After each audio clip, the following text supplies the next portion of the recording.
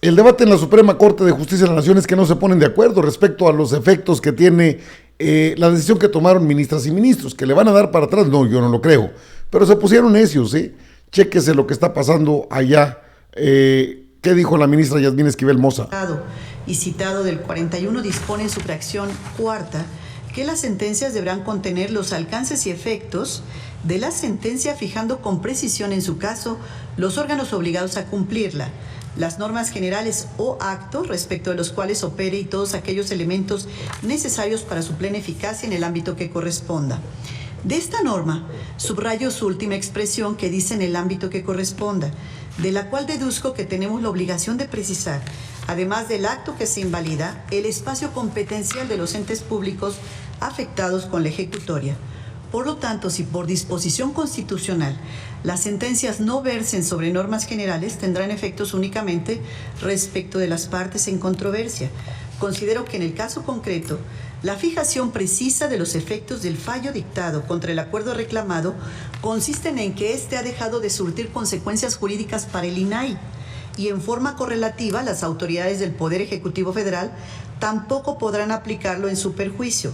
Y de esta forma la declaración de invalidez en ningún caso podrá invocarse por alguna otra persona ajena al litigio, ya que el no haberse calificado al acuerdo controvertido por decisión mayoritaria de este Tribunal Pleno como una norma general, es evidente que tampoco puede expulsarse del orden jurídico con efectos generales, pues ello iría en contra de lo ya votado y además confrontaría la letra expresa de la Constitución, la cual categóricamente ordenó que en estos casos las resoluciones de la Suprema Corte de Justicia de la Nación tendrán efectos únicamente respecto de las partes en controversia. En suma, como sucede en todo acto administrativo que se declara ilegal, esta decisión solo involucra a quien lo emitió y a quien demandó su invalidez, pues los terceros ajenos a la relación procesal no están implicados en la decisión, en tanto el acto administrativo no se dirigió a ellos en forma específica, y aun cuando así lo fuera, al no haberlo impugnado tampoco puede favorecerse de lo decidido en un juicio en el que nunca participaron. También quisiera señalar los precedentes de la segunda sala, que como todos sabemos, las salas de este alto tribunal carecen de competencia para conocer de controversias constitucionales en las que se impugnen normas generales, por lo que su función en esta vía se limita a examinar casos concretos. Bajo esta premisa, me parece necesario recordar que la segunda sala, al resolver el 24 de noviembre de 2021 la controversia 15-2021, por unanimidad de votos declaró la invalidez de diversos actos administrativos en los que se estableció expresamente lo siguiente: con fundamento en los artículos 42, último párrafo, y 45 de la ley reglamentaria, los efectos de esa sentencia surten efectos solo entre partes, entre las partes que acudieron, asunto en el cual, por cierto, fue ponente el ministro Javier Lainez.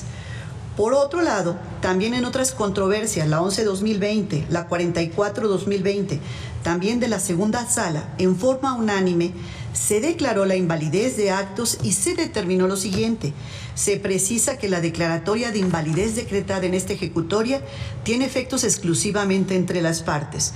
E inclusive encontré otros precedentes en los que no participé, pero con el mismo texto expresamente, que solo es para las partes, y fueron las controversias constitucionales 253-2016, 217-2016, 110-2017, 210-2017, 215-2017, 231-2017, 1-2018, 88-2018 y 94-2018. Y anticipo que podría argumentar que se trata de casos diferentes. Sin embargo, lo que importa destacar es que, al menos para los integrantes de la segunda sala, restringir la invalidez a las partes en una controversia constitucional no es decisión inédita y menos asombrosa, por lo que considero que mi voto, como lo marca la Constitución, debe ser en el sentido en que la ejecutoria tenga efectos únicamente respecto a las partes en controversia. Es cuanto, ministra presidenta.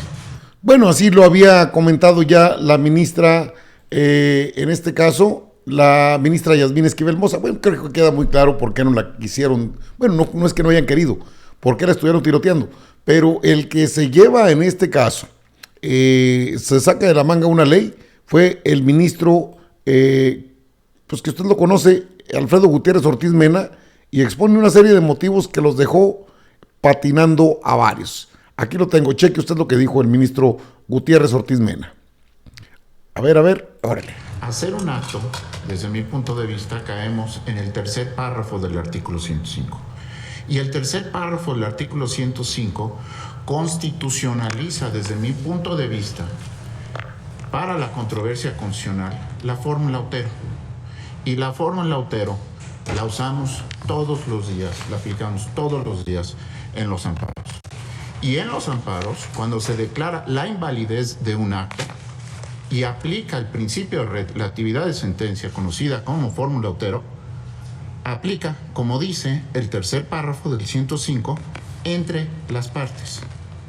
Y esos son los efectos que conocemos muy bien desde el amparo. La excepción a la fórmula Otero en la controversia constitucional se encuentra en el párrafo segundo. Y en el párrafo segundo está acotado para normas generales y requiere de una legitimación especial, 8 votos. Al no encontrarnos en el párrafo segundo, sino en el párrafo tercero, desde mi punto de vista, estamos atados por el principio de relatividad de sentencia, conocido como la fórmula Otero. Gracias, ministra presidenta. Gracias. Y luego Ministro seguiría Gracias, presidenta. Arturo Saldívar. Coincido con lo que acaba de decir el ministro Gutiérrez en sus términos. También yo voté porque es una norma de carácter general y que creo que muchas de las complicaciones que se nos están dando en los efectos es precisamente al haber establecido que es un acto administrativo. Ahora, la Constitución dice norma de carácter general, no dice ley. Es decir, el Pleno votó que este acto administrativo no es un acto administrativo de carácter general, es un acto administrativo que no tiene generalidad. Las normas de carácter general pueden ser leyes, pueden ser tratados internacionales, pueden ser actos administrativos de carácter general, pueden ser circulares, pueden ser de distintos tipos. Por eso la redacción del 105 habla de normas de carácter general, no habla de leyes, como era la forma tradicional del 103 en materia de amparo. Y si esto es así, quiere decir que no se requieren 8 votos, se requieren solo 6, y con independencia de que hubiera 6, 8 u 11 votos, los efectos son solamente entre las partes. Tengo a la vista 2 precedentes del Pleno: la controversia constitucional 2023 de 2019 de la ponencia del ministro Pérez Dayán de 11 de enero de 2021, en que se establecieron los efectos particulares o entre partes y había 11 votos. Y lo mismo la controversia constitucional 20 de 2018 de la ponencia de la ministra Esquivel Moza del 11 de febrero de 2021, que también hubo unanimidad de 11 votos y los efectos fueron entre las partes. Es decir, una vez que determinamos que es un acto administrativo y no una norma de carácter general, y cuando digo una norma de carácter general quiere decir que no es un acto administrativo con efectos generales, como lo estableció la mayoría. Reitero, yo no comparto ese criterio y por eso voté en contra. Entonces, no puede ser otro el efecto, tiene que ser solamente entre partes. Pero hay una problemática adicional con esta cuestión de los 8 votos.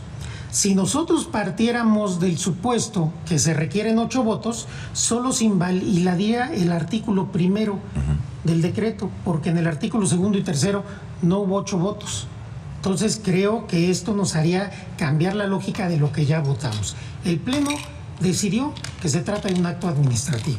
Entonces tenemos que ver la Constitución, cuáles son los efectos de acto administrativo. Y ya se ha dicho aquí, son efectos entre las partes. ¿Qué implica en este caso concreto que tenga solo efecto entre las partes?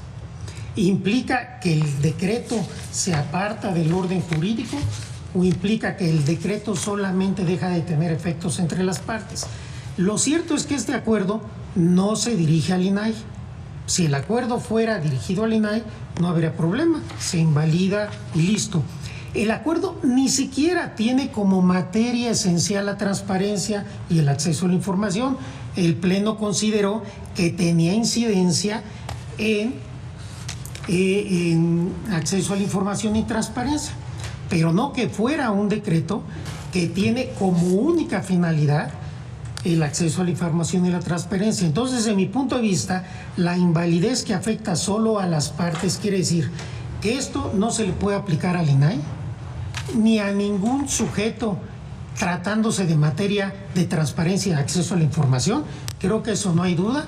Si se trata de transparencia y acceso a la información, quedan las facultades y las normas reguladas del INAI en sus términos, y el Ejecutivo no puede hacer valer este decreto en relación con transparencia y acceso a la información, pero el decreto sigue siendo vigente para cualquier otra materia que no tenga que ver con transparencia y acceso a la información.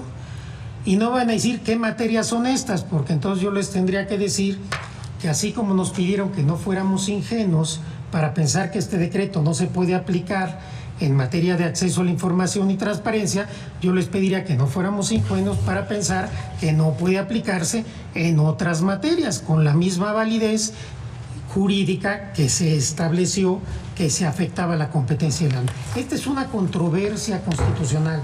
Lo único que podemos invalidar es lo que se relaciona con las atribuciones y facultades del INAI.